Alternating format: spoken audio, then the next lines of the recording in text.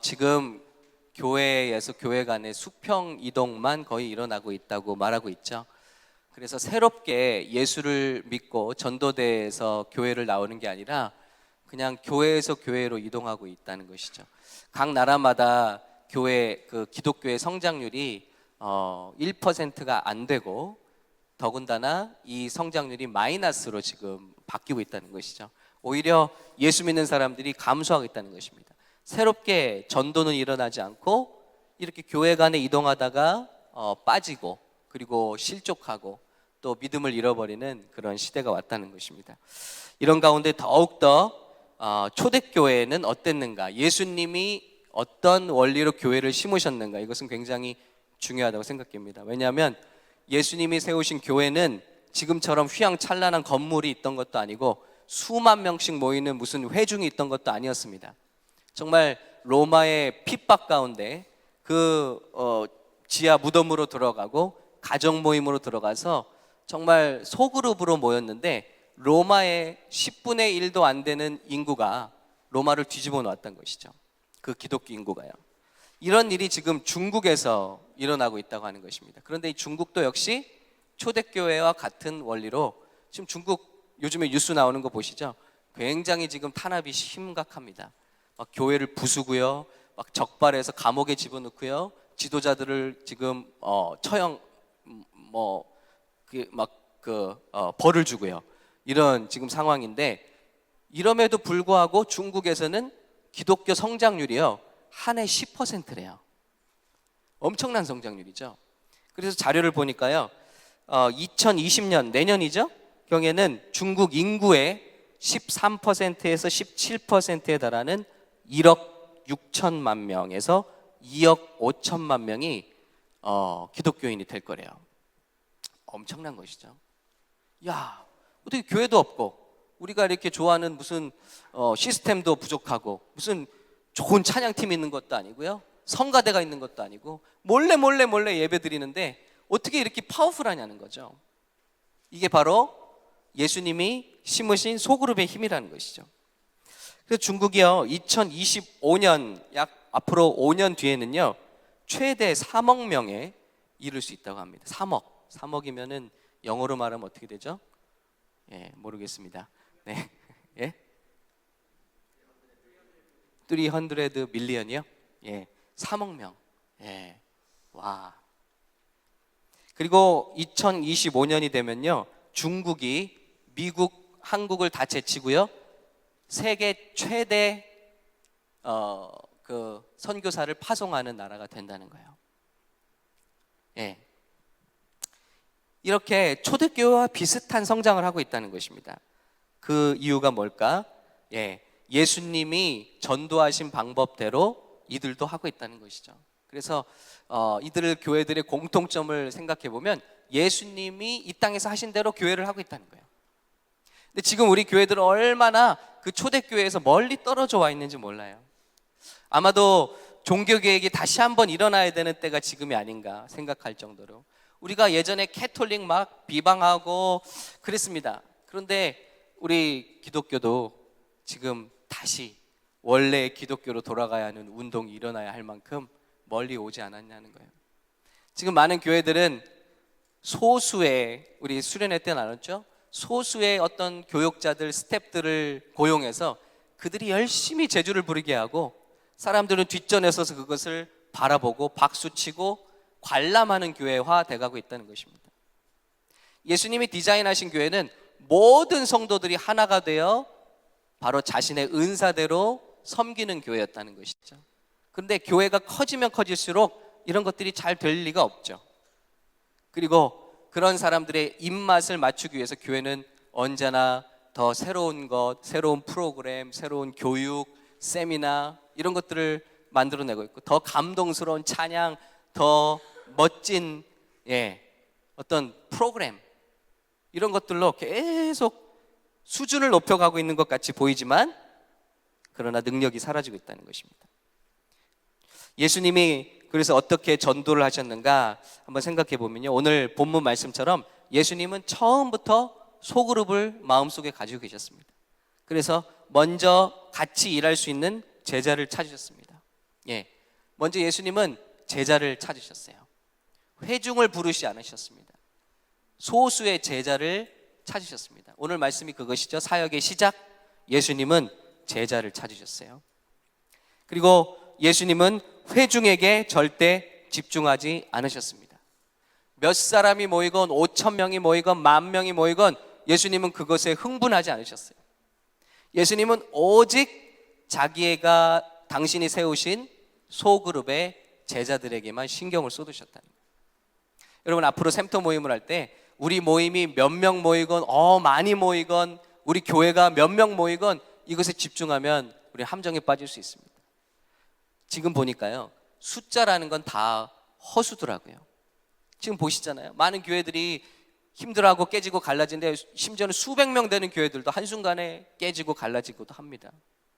사라지기도 합니다. 숫자는요, 허수더라고요. 정말로요. 예수님을 그렇게 따라다녔던 수천 명의 사람들이 한순간에 예수님을 못 박으라, crucify him 하고 예수님을 죽이라고 말하지 않습니까? 정말로 숫자는 허수입니다. 예수님은 어디에 집중하시는가? 항상 12명이 이상을 넘지 않는 그 제자들에게 집중하셨다는 거예요. 그래서 우리도 여러분들이 이제 소그룹을 하면서 그 한 사람 한 사람, 우리가 몇 명 모였다가 아니라 그 중에서 정말 복음에 반응하는 사람들, 그 사람들에게 집중하면 되겠다는 것입니다. 그리고 예수님은 제자들에게 권능을 주셨다고 그랬어요. 그래서 마태복음 10장 1절에 보면 예수께서 그의 12제자를 부르사 더러운 귀신을 쫓아내며 모든 병과 모든 약한 것을 고치는 권능을 주시니라. 예수님이 학위 나눠주고 너 제자 훈련 잘했다, 3년간 따랐으니 표창장 여기 있다, 이렇게 하신 것이 아니라 예수님은 권능을 주셨다고 그랬습니다. 이것이 정말 중요한 것이죠. 자, 우리 막 사람들이 교제하고 같이 밥 먹고 즐거워하고 그런 모임에 있지만요, 정말로 교회를 오는 사람들의 니드가 뭘까요? 영적인 것입니다. 영적인 목마른 것입니다. 그런데 이런 것들이 영적으로 채워지지 않으면요, 결국은 문제가 되는 거죠. 예수님이 제자들에게 주신 것은 다른 거 아닙니다. 하늘의 권세와 능력입니다. 그래서 우리 리더들도 우리 그룹을 이렇게 끌어가면서 결국은 그 가운데 참 연약하게 시작한 제자들이라 할지라도 그들에게 권능을 보여줄 수 있는, 또 이렇게 나눠줄 수 있는, 은사를 나눠줄 수 있는 그런 스피리추얼 리더가 되어야 된다는 것입니다. 밥도 무조건 잘 사주죠. 그러나 영적인 능력을 심어줄 수 있는 리더, 이것이 필요하다는 것입니다. 이것이 주님이 디자인하신 교회예요. 그리고 예수님은 소그룹으로 내보내셨습니다. 누가복음 10장 보면 주께서 따로 70인을 세우사 친히 가시려는 각 동네와 지역으로 둘씩 앞서 보내십니다. 예수님은 이렇게 제자들을 키웠을 뿐만 아니라 제자들에게 능력을 주셨을 뿐만 아니라 그 능력을 사용할 기회를 주시고 그들을 실습시키셨다는 것입니다. 근데 이것은 대형 교회나 우리가 회중 예배에서는 결코 이루어질 수 없는 일이죠. 회중 예배에서는 우리는 임재를 느끼고 감동을 받고 말씀을 통해서 깨닫고 하지만 우리가 하나님의 은사를 통해서 무언가를 사역할 수 있는 기회는 없는 것이죠. 이런 것은 항상 스몰 그룹을 통해서만 이루어질 수 있는 것입니다. 그렇기 때문에 우리에게 이것이 중요한 것이죠. 예수님은 프랙티스 시키셨어요. 자, 그러면서 또 명령하셨죠. 예수님이 하신 것처럼 이르시되 추수할 것은 많되 일꾼이 적으니 추수하는 주인에게 청하여 추수할 일꾼들을 보내주소서 하라. 예수님이 처음에 하나님의 일을 하실 때 일꾼들을 모으셨던 것처럼 너희도 가면 똑같이 너와 함께 할 제자들을 모으고 일꾼들을 찾으라는 것입니다.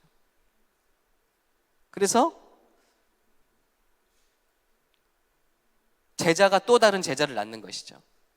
근데 이것은 회중 예배를 통해서는 절대 이루어지지 않습니다. 반드시 소그룹을 통해서 이루어지는 것이죠. 이런 우리에게 그런 확신이 있어야겠다는 겁니다. 예수님만이 아닙니다. 예수님의 지도를 받은 제자들과 교회들, 초대교회들도 이렇게 선교사들을 보냈더라고요. 첫 번째, 소그룹으로 전도자를 세웠습니다. 그래서 안디옥 교회에서 바울과 바나바를 세워서 파송합니다. 소그룹으로 보내는 거예요. 그리고 그들도 가는 곳마다 거기서 비슷한 업종의 사람들을 만나면 제자 훈련하고 그들을 동역자로 만드는 거예요. 그래서 사명 있는 자들을 소그룹으로 또 엮어줍니다. 사도행전 18장 보면은 저들이 그 유명한 브리스길라 그 부부와 동역하는 장면이 나옵니다. 아굴라라 하는 본도에서 난 유대인 한 사람을 만나니 글라우디오가 모든 유대인을 명하여 로마에서 떠나라 한 거로 그가 아내 브리스길라와 함께 이달리아로부터 새로 온지라. 바울이 그들에게 가매 자 그들을 만났더니 생업이 같으므로 업이 같아요. 잡이 비슷해요. 그러면서 함께 살며 일을 하니 그 생업은 천막을 만드는 것이더라. 바울도 이렇게 천막을 세우는 기술이 있었죠. 그래서 그들과 함께 동역하고 항상 소그룹으로 사역을 했다는 것입니다. 안식일마다 바울이 회당에서 강론하고 유대인과 헬라인을 권면하니라. 그래서 비슷한 환경에 있는 사람들은 묶어서 함께 동역하고요. 가는 곳마다 이렇게 소그룹의 교회를 세워나갔다는 것입니다. 그리고 그뿐만이 아니라 사도 바울도 그 자신의 제자들 중에서 차세대 리더를 이끌어냈습니다. 디모데가 대표적인 제자죠. 내 아들아, 그러므로 너는 그리스도 예수 안에 있는 은혜 가운데서 강하고, 자 여기 중요한 말씀이 있습니다. 2절은 같이 읽을게요. 시작. 또 내가 많은 증인 앞에서 내게 들은 바를 충성된 사람들에게 부탁하라. 그들이 또 다른 사람들을 가르칠 수 있으리라. 여기 중요한 말씀이 있습니다. 교회의 원리인데요. 우리 디모데 목사님, 자 바울이 키워낸 목사님입니다. 디모데는요. 근데 디모데에게 부탁하기를, 목사님 제게 들은 바를 충성된 사람들에게 부탁하십시오. 자 당신이 또 가르치라는 거예요. 그런데 부탁하라는 거예요. 그래서 그 사람들이 또 다른 사람들을 가르칠 수 있도록 항상 차세대 다음 리더를 세우라는 것입니다. 이걸 잘하는 데가, 아멘. 이걸 잘하는 데가 너무 아쉽게도 교회가 아니라 지금 다단계예요. 그렇지 않습니까? 이 예수님의 전도 원리를 확실하게 하는 사람들이요 다단계라고요. 교회가 이렇게 했더라면 괜찮은데, 보세요. 자기 밑에 사람을 심습니다. 심기 위해서 갖은 전략을 다 써서 베풀고 나누고, 그리고 한 사람을 어렵게 세워요. 그런데 다단계의 특징은요, 항상 3대 이상을 갈 수 있게 세워야 성공적이래요. 그러니까 내가 세운 사람이 아무리 많아도 소용없어요. 이 사람들이 다음 제자를 키울 수 있을 만큼 되고, 그 2대가 3대를 키울 수 있을 만큼 강력하게 가르쳐 놔야 그 사이클이 돌아간다는 게 제가 들은 다단계의 원리입니다. 비밀. 그래서 한 사람이 아무리 돈을 앵겨서 자기 밑에 10사람 만들어도 소용이 없다는 거예요. 100사람 만들어도 소용없다는 거예요. 이 사람들이 다음 단계의 사람들을 스스로 만들어낼 수 있고, 그 사람들이 3대, 그 다음을 만들어낼 수 있어야 성공했다는 거예요. 이 사이클에서는. 여러분, 이게 예수님이 가르쳐 주신 원리거든요. 내가 교회 갖다 데려놨다고 끝이 아니라요, 이 사람이 제자가 되어야 되는 거예요. 그 제자가 됐다는 건 뭐냐면, 이 사람이 다른 사람을 가르칠 수 있을 때까지 해야 된다는 거죠. 그래서 다른 사람을 제자로 만들 수 있을 만큼 우리가 도와줘야 된다는 거죠. 제자를 만들어야 된다는 거죠. 근데 지금 안타깝게도 우리 현대교회는 그냥 어떻게 많은 사람을 모아놨느냐, 이거에만 집중하고 있는 것 같아요. 정말 중요한 것은 그 사람들이 얼마나 또 다음 세대를 가르칠 수 있는 제자를 만들 수 있는 제자이냐, 이 퀄리티가 중요한 거거든요. 그러니까 중국 교회에는 지금 신학교를 다닌 목사님들이 없대요. 다 그런 가정교회에서 이렇게 홈브루 된 분들이에요. 다 거기서 훈련 받으신 분들. 그래서 뭐 한국에서 목사님들이 가서 어디 가서 세미나 한다 그러면요, 기차 타고 막 10시간씩 넘게들 모인대잖아요. 신학교가 없고 목사님들이 없으니까 그 목사님 설교 한번 들어보려고 그렇게들 사모하면서 모인대요. 그만큼 목사님이 없는 거예요.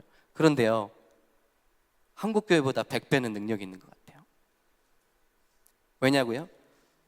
그들이 제자를 만들고 그 제자들은 또 다른 가정교회를 맡고요. 그래서 또 다른 가정교회를 맡으면 또 다른 제자를 만들고요. 그렇게 해서 정말 누룩이 번져나가는 것처럼, 누룩은 2, 4, 6, 8 아니지, 2, 4, 8, 16, 32 배가 제곱으로 나간다고요. 그래서 사도행전에 보면 하나님이 믿는 자의 수를 더하시는데 처음에는 add라는 단어를 써요. 그런데 나중에 교회가 부흥하더라 이런 말을 쓸 때는요, multiplied라고 그랬어요. 제자의 수가 더했다. 그때는요, 곱으로 나갔다는 거예요. 처음에는 어떤 키 퍼슨들이 모이겠죠. add 되겠죠. 예수님도 똑같아요. 그런데 이 교회가 어느 순간 훈련을 마치고 어느 단계에 갔을 때는 폭발적으로 멀티플라이 했다는 것입니다. 이게 자연스러운 교회 성장의 모습입니다. 이런 것을 하려면 회중 예배에서는 되지 않는다. 회중 예배와 함께 든든한 소그룹 리더들이 세워지고 그 리더들이 또 다른 리더들을 만들고 그 리더들이 또 다른 그룹을 책임질 수 있는 리더를 만들 수 있을 때 이것이 건강한 교회가 될 수 있고 시대적인 사명을 감당할 수 있는 교회가 될 수 있다는 것입니다. 그래서 우리 샘터지기 교육되는 말씀을 드렸습니다. 샘터 모임을 통한 전도를 우리가 해야 된다. 그래서 우리가 그냥 항상 그냥 의무적으로 모일 것이 아니라 방향성을 가지고 목적을 가지고 우리는 모여서 기도해야 된다. 지난주에 나눴죠. 뿐만이 아니라 우리는 전도라는 목적을 위해서 우리 팀원 한 사람 한 사람 가족을 키워야 된다. 청년들도 마찬가지예요. 유스도 마찬가지예요. 청년들이 모여서 목적성을 가져야 돼요. 계속해서 사람을 키워내야 됩니다. 훈련시켜야 됩니다. 자라나게 해야 됩니다. 그렇지 않으면 시간이 지나도 리더가 나올 수 없는 것이죠. 그래서 우리 샘터 모임을 통해서 전도를 해야 되겠는데 우리가 함께 소그룹으로 전도를 하면 좋은 게 있죠. 전도에 대한 두려움을 극복하게 됩니다. 그렇죠? 어디 길에 나가서 전도해 보세요. 이거 쉽지 않습니다. 그런데 우리가 소그룹으로 모여서 사실 회중 예배에서 전도가 되기는 힘들죠. 소그룹에서 모여서 거기에 가까운 사람들을 초청하면서 전도에 대한 두려움을 극복할 수 있습니다. 사실 처음 보는 사람 전도하는 거 저도 힘든 것 같아요. 보통 일 아니죠. 그러나 우리 소굴에 들어온 사람을 전도하는 거는 그리 어렵지 않습니다. 자, 그래서 은사에 따라 섬기게 되고요. 두 번째는요, 우리 샘터원들이 있는데 한 사람 한 사람의 은사를 다 활용하게 된다는 것이죠. 그러니까 로마서에 나오는 교회, 건강한 교회 키워드 세 번째 말씀, 은사에 따라 섬기라는 말이 이루어지는 것이죠. 회중에 모여서는 한계가 있죠. 그리고 팀원들의 도움을 받게 됩니다. 그렇죠? 우리 어떤 샘터지기는 말씀을 잘하시고, 어떤 샘터지기는 찬양을 잘하시고, 어떤 샘터지기는 음식만 잘하실 수도 있어요. 그런 팀원 중에 전도를 잘하는 분이 있어요. 팀원 중에 노래를 잘하시는 분이 있어요. 팀원 중에 어떤 은사들이 있잖아요. 그래서 함께 도움을 받아서 전도를 쉽게 할 수 있게 되죠. 그리고 전도 은사가 없어도 쉽게 전도할 수 있다. 이런 장점이 있다고 나눴습니다. 그렇죠? 함께하는 것은 큰 효과가 있죠. 그리고 전도가 우리 1년에 몇 번 나갑시다. 이건 주님이 기뻐하신, 물론 그 굉장히 큰 도전이죠. 그러나 전도는 그렇게 하라고 말씀하신 적이 없거든요. 우리 라이프 스타일이 되어야 되는데 이것을 이룰 수 있는 것은 이벤트가 아니라 전도가 우리 교회에서 항상 일어나는 것이 되게 할 수 있는 것은 소그룹밖에 없다는 것입니다. 그래서 항상 소그룹을 통해서 말씀드렸죠. 의자 하나를 비워놓고 그 자리를 위해서 기도하는 것이죠. 우리 아직 교회를 나가지 않고 있는 자녀, 우리 교회를 나가지 않고 있는 배우자, 부모님, 그런 자리를 놓고 모일 때마다 기도를 시작하는 것이죠. 그리고 초청하는 것이죠. 이렇게 소그룹으로 들어온 사람들은 새 가족의 정착이 쉽고요. 바로 이것이 초대교회의 모습이다라는 것입니다. 그래서 초대교회는요, 교회에 나가지 않았습니다. 먼저 가정교회로 들어갔습니다. 이것을 실현하는 교회가 지금 시애틀의 형제교회죠. 그래서 가정교회예요. 그래서 먼저 이렇게 가정으로 전도가 되고 그 다음에 교회로 전도를 데려오게 되죠. 그것이 정착률이 높고 그리고 이런 은사들을 활용할 수 있는 교회가 된다는 것입니다. 그래서 재밌는 통계는요, 여러분 전도를 받아서 교회를 오는데 한번 1위부터 7위까지 통계를 내보니까요, 어떤 통로로 제일 예수를 많이 믿느냐 하는 거예요. 여러분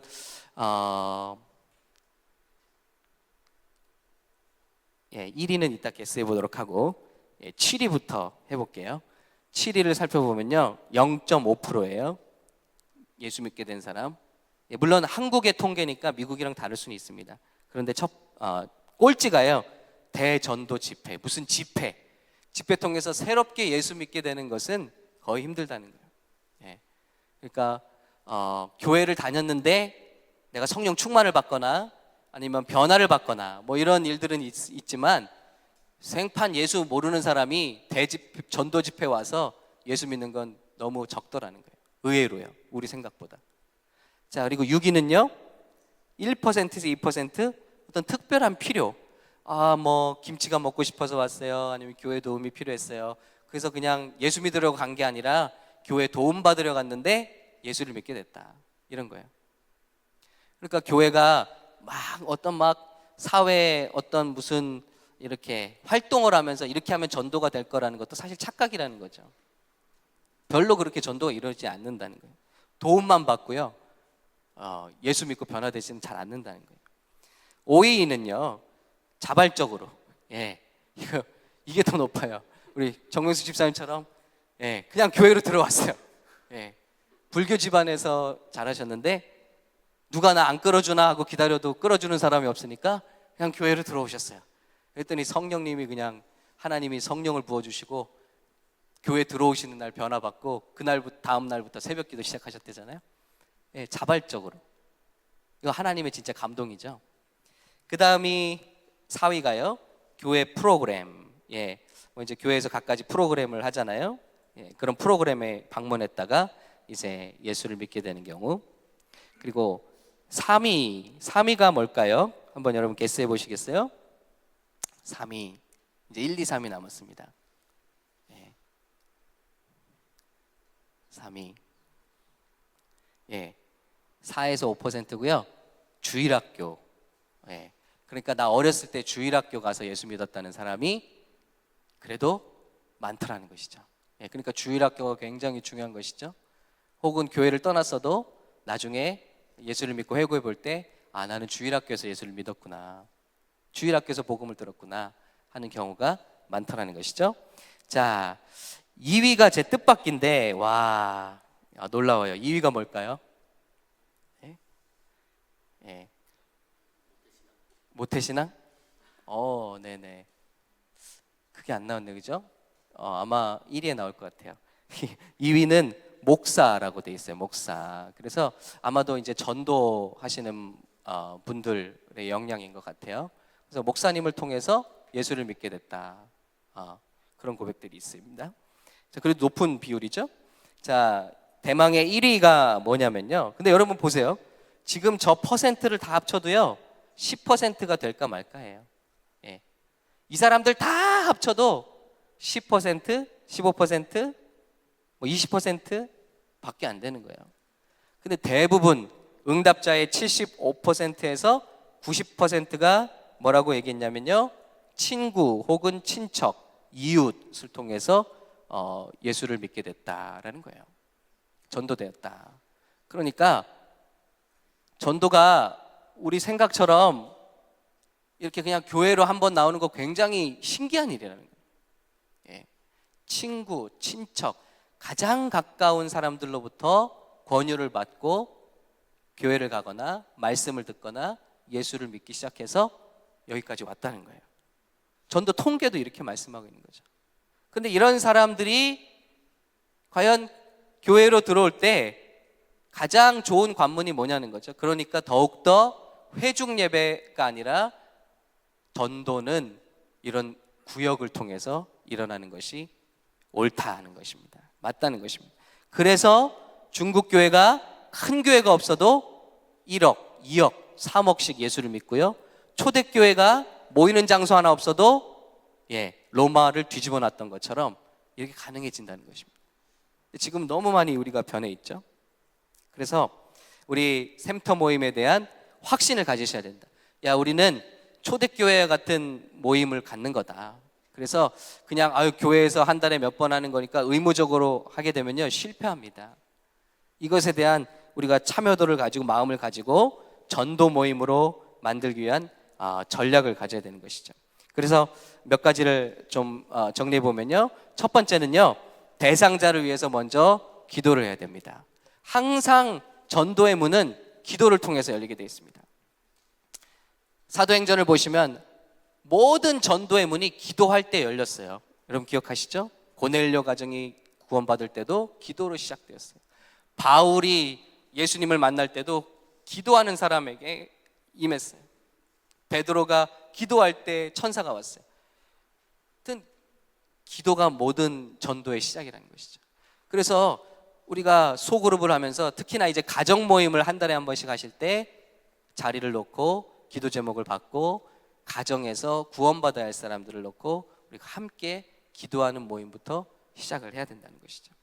그리고 두 번째는 그 전도 대상자를 섬기라는 거예요. 오늘 말씀을 보면 예수님이 제자들을 부르시면서 하시는 말씀이 나를 따르라, 내가 너희를 고기 잡는, 사람을 낚는 어부가 되게 하리라 그랬습니다.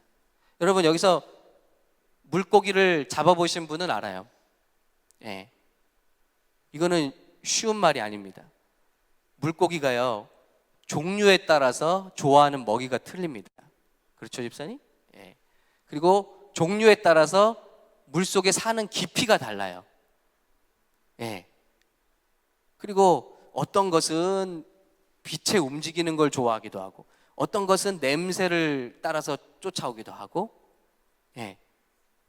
굉장히 물고기가 다 원하는 것들이 다르다는 거예요. 그래서 저는 생각해 보는 거예요. 예수님이 어부들을 제자로 삼은 데는 특별한 이유가 있다. 너희는 사람을 낚는 어부가 되라. 그러면 그 사람이 필요로 하는 것, 그 사람의 니드, 그 사람의 마음, 그 사람이 원하는 것, 이것을 던질 수 있어야 된다는 거죠. 포기하지 않으면서 이것을 계속해서 던질 수 있어야 된다는 것입니다. 그래서 어부가 되라는 것입니다. 우리 마음이 어부가 되라, 피셔맨이 돼야 된다는 것이죠. 그래서 그런 사람이 뭘 좋아할까? 그런 사람이 뭐 때문에 상처를 입었을까?